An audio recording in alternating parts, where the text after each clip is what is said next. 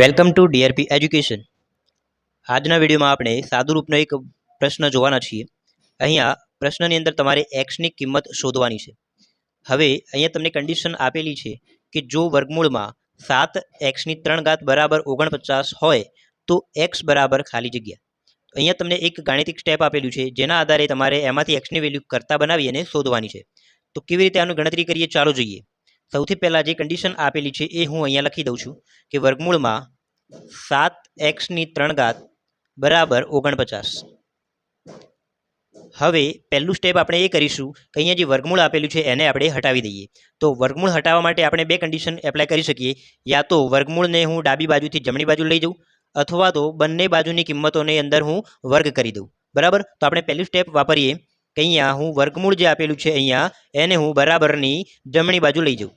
તો જ્યારે પણ વર્ગમૂળ બરાબરની જમણી બાજુ જાય તો જમણી બાજુની સંખ્યાનો વર્ગ થઈ જાય। તો અહીંયા કન્ડિશન આવી થાય કે 7x³ એ અહીંયા વધે બરાબર જે વર્ગમૂળ આ બાજુ લાવ્યા એ વર્ગમૂળ વર્ગ બની જાય, એટલે કે અહીંયા લખાય આપણે 49નો વર્ગ। હવે આપણે આગળ સાદુરૂપ આપીએ। અહીંયા 7x³ એમના એમ લખીએ। અહીંયા 49 એ 7ની 2 ઘાત તરીકે લખી શકાય। તો અહીંયા હું લખું 7નો વર્ગ અને ઉપર જે વર્ગ આપેલો હતો એને એમના એમ લખી દઈએ। આગળનું સાદુરૂપ આપીએ તો અહીંયા 7x³ બરાબર થાય 7ની અહીંયા 2 ઘાતની ઉપર કૌંસ બહાર 2 ઘાત આપેલી છે, તો આ બંને જે 2 ઘાત આપેલી છે બંનેનો ગુણાકાર થાય। જ્યારે પણ કૌંસની ઉપર ઘાત આપેલી હોય આવી રીતે તો અંદરની અને બહારની બંને ઘાતોનો ગુણાકાર થાય। તો અહીંયા આપણે 7ની કેટલી ઘાત કરી શકીએ? 2 × 2 એટલે કે 4 ઘાત લખી શકીએ। બરાબર, હવે આપણી પાસે વધે છે 7x³ બરાબર 7ની 4 ઘાત। તો આનું આગળ સાદુરૂપ આપીએ। અહીંયા જે ગુણાકારમાં આગળ 7 આપેલા છે એને હું બરાબરની જમણી બાજુ લઈ જાઉં। તો ગુણાકારવાળી સંખ્યા બરાબરની જમણી બાજુ જાય તો જમણી બાજુની સંખ્યાના છેદમાં એટલે કે ભાગાકારમાં લખાય।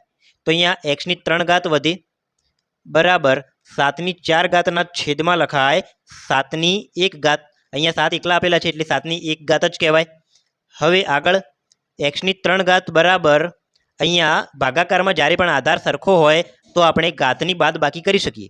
તો અહીંયા આધાર 7 આપેલું છે બંનેમાં, તો ઘાતની બાદબાકી કરીએ તો શું લખાય? 7ની 4 - 1 ઘાત। 4 - 1 એટલે કે 3 ઘાત થાય। હવે અહીંયા જુઓ x³ આપેલી છે બરાબર 7ની અહીંયા 3 ઘાત આપેલી છે। તો અહીંયા બંનેમાં ઘાત સરખી હોય તો આધાર આપણે સરખાવી શકીએ। તો ઘાત અહીંયાથી હું ડાયરેક્ટલી સરખી હોવાથી કેન્સલ કરી દઉં તો એક્સની વેલ્યુ મને મળી જાય છે x બરાબર 7।